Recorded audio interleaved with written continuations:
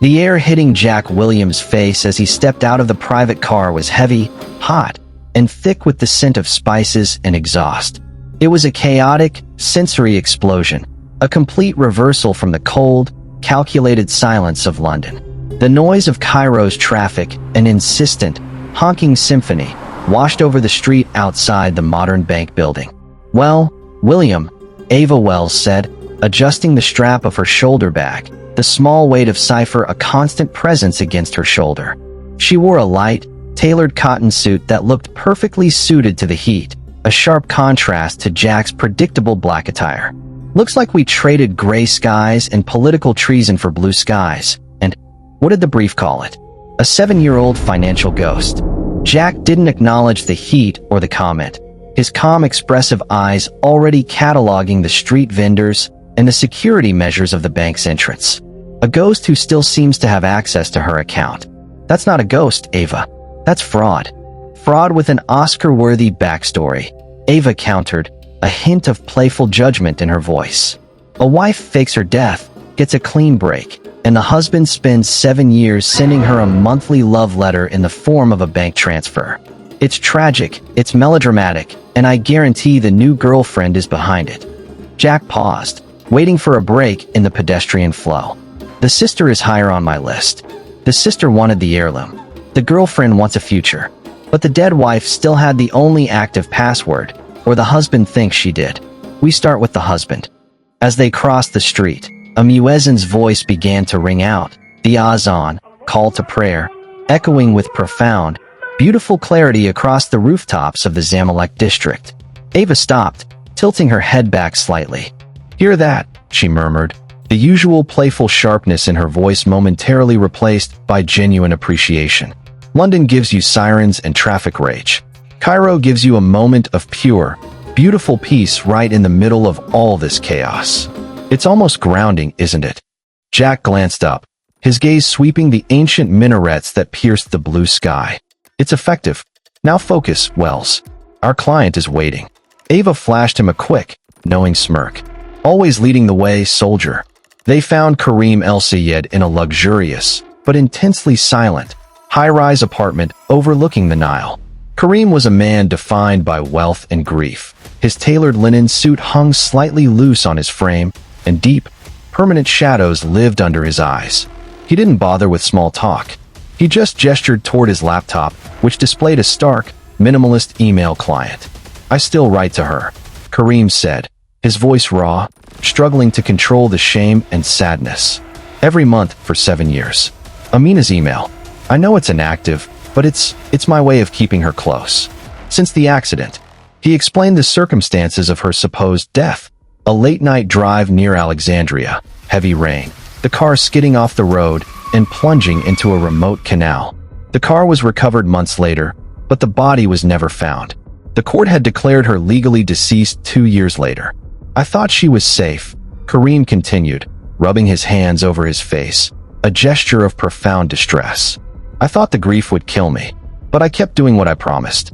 I transferred money to her personal savings account every single month, just like I did when she was alive. I told her it was my way of keeping her legacy alive." He then opened his bank application, and the room became instantly colder. On the screen, the large, expected sum of 7 years of deposits was nowhere to be seen. The current balance was minimal. A transaction history showed multiple, consistent withdrawals made over the last 6 months, all routed through an unidentifiable digital transfer service. The money, 7 years of transfers, tens of thousands of pounds. "It's gone," Kareem whispered, his hand shaking as he pointed to the screen. "Someone has been using her account. But that's not the worst part. I was so lonely, so desperate for someone to talk to about my new life, about Layla. I sent an email last week. A long one, telling her everything." He pulled up the sent items folder. The subject line read, "Asterisk Amina, I think the curse is real, and I need to move the necklace. Asterisk." Jack stepped closer, his eyes scanning the body of the email. Ava inhaled sharply when she saw the sentence highlighted by Kareem's frantic cursor. "I finally moved the Anubis into the safe deposit box at the Al Tawfiq Bank. The code, if you ever somehow needed it, is the same as the old home alarm, 0418. The curse of Anubis necklace," Jack stated, recognizing the name. The priceless family heirloom. Kareem nodded, tears finally filling his eyes. It's gone. I went to the bank this morning. The safe deposit box was cleared out. The only person who could have known that code, the one I told in my moment of absolute weakness, was Amina. The silence in the room was crushing. The husband was faced with a horrifying truth. His most intimate act of enduring love had been systematically harvested by the very person he thought he was mourning. So the suspect is either a thief who hacked a 7-year-old account and his personal email, or his supposedly dead wife read his email, stole the heirloom, and is now running around Cairo spending his grief money. Ava summarized, her initial playful tone now completely gone, replaced by a deep sense of empathetic dread. The simplicity of the crime is devastating. Jack looked toward the window, where the intense Cairo sun was beginning to beat down on the wealthy district. Start with the digital withdrawals. See if we can trace the service back to a physical location. We need to find out where the dead wife is spending his money. The shock of the betrayal hung heavy in Kareem's opulent, silent apartment. While Ava Wells settled at Kareem's laptop to begin tracing the digital withdrawal patterns, Jack William moved to the window, the harsh afternoon sun warming his black suit, an uncomfortable reminder that he wasn't in London anymore. The fraud wasn't subtle, Ava noted, her fingers flying across the trackpad. The monthly deposits, always the same amount, served as perfect camouflage, but the withdrawals are routed through a series of offshore digital wallets, all cleared out rapidly over the last 6 months. Whoever did this got sloppy when they thought the money was safe. Jack turned from the window, where they were suddenly in a massive hurry. A life in hiding costs money, Ava. But stealing the curse of Anubis necklace, that's not an act of necessity. That's revenge or greed. Or maybe just insurance. Ava murmured, not looking up. She took the financial breadcrumbs first and the jackpot later. But before we commit to the phantom spouse theory, let's look at the living ones. Where is the girlfriend, Layla Hassan? Kareem, now subdued and utterly broken, indicated a door. She's in the kitchen. I haven't told her yet. I can't even say the words out loud. Amina is alive. Jack paused, his expression calm and controlled. Tell her only that the necklace is missing, Mr. El Sayed. We need to watch her reaction when the stakes are high. A few minutes later, Kareem returned with Layla Hassan. She was a beautiful woman, young and visibly anxious, her eyes constantly darting between Kareem's grief-stricken face and the 2 detectives in the room. Her immediate focus, however, was on Jack. I need to know what's happening, Layla said, her voice tight with worry. The El Sayeds are very private. This is not normal. Ms. Hassan, Jack began, his voice flat. The curse of Anubis necklace was stolen this morning from the Al Tawfiq safety deposit box. Layla gasped, clutching her hands to her chest. Her reaction was genuine shock, but her next words were telling. Oh my God. Kareem, are you serious? Was it Olivia? She was just here last week, asking about it again. Ava looked up from the laptop, raising one perfectly sculpted eyebrow at Jack. We'll speak to your sister later, Jack said to Kareem, ignoring Layla's outburst. Right now, Ms. Hassan, tell us about your financial relationship with Mr. El Sayed. Did you receive any large gifts or transfers in the last 6 months? Layla's eyes snapped to Jack's face, her worry immediately hardening into sharp defensiveness. Absolutely not. I have my own work. I have an interior design business. I am not some gold digger. She glanced back at Kareem, appealing to him for support. Kareem, tell them. Ava watched the exchange, noting the anxiety in Layla's posture. She subtly adjusted her laptop screen so the current bank transfer history, showing the stolen deposits, was briefly visible. We aren't implying anything, Ms. Hassan. We're investigating a massive theft. If you've been relying on Mr. El Sayed's resources, the disappearance of the necklace could be a significant problem for your business stability, couldn't it? Layla's defense cracked. Her voice dropped to a near whisper. I needed a loan for a massive project. Kareem offered, but I didn't take the necklace. Why would I risk my future here? Jack nodded slowly, filing the information. Financial pressure, acknowledged, but motive for the heirloom theft remains weak. Later that afternoon, Jack and Ava drove through the dense, vibrant streets of Cairo, heading toward the El Sayed family's main residence where Kareem's sister, Olivia El Sayed, resided. The traffic was intense, a loud, weaving river of cars, scooters, and people. "Did you notice the girlfriend's reaction, William?" Ava asked, leaning forward slightly as their driver expertly avoided a minor collision. She was genuinely panicked about the missing necklace, but only because she might lose access to Kareem's other wealth. She immediately pointed the blame at the sister, a classic diversion. "The sister wanted the heirloom," Jack countered, watching the dense crowds and the constant movement. "The girlfriend wanted the bank account. The dead wife took both." He paused, observing the beautiful, carved stone work on an old building they were passing. "Look at the age of this city, Ava. Thousands of years of history right next to modern desperation. It creates certain appetites." Ava followed his gaze, admiring the elaborate geometric patterns on a mosque's dome. "It's breathtaking. That deep, comforting sound of the azan earlier. It's such a different kind of noise than London. It makes the silence of this crime feel even colder." She turned her attention back to Jack, a playful, familiar spark returning to her eyes. "You know, for an ex-military man who only seems comfortable in cold climates, you actually look quite good against the backdrop of ancient betrayal." Jack exhaled, a short, non-committal sound. "Focus, Wells. We're approaching the residence." Olivia El Sayed is the controlling sister. She sees the necklace as the family legacy, and she sees Layla as a threat to that legacy. Her motive is preservation and control, which often makes people reckless. "Preservation and control," Ava repeated with a slight smirk. "Sounds like someone else I know." Jack ignored the jab, stepping out of the car. The El Sayed family home was a magnificent, heavily guarded villa, a fortress of old wealth hidden within the bustling city. They were met by Olivia El Sayed, a woman whose posture screamed entitlement and disapproval. "Detectives," Olivia said stiffly, her eyes sweeping over Ava's tailored suit with a clear, dismissive judgment. "I assume Kareem finally informed you of the theft. I warned him he shouldn't trust that gold digger he brought home after Amina's death. She knew exactly what she was doing." Olivia immediately led them to the parlor, where she began to rail against Layla, claiming the new girlfriend was obsessively jealous of Amina's memory and desperate for the El Sayed inheritance. "And you, Ms. El Sayed," Jack cut in, his voice cutting through her monologue. "What does the necklace mean to you?" Olivia straightened, her chin lifting with pride. "It is the curse of Anubis. It has been in our family for 300 years. It is the family. Losing it is catastrophic. Kareem should have given it to me to safeguard after Amina died." Jack exchanged a quick, meaningful glance with Ava.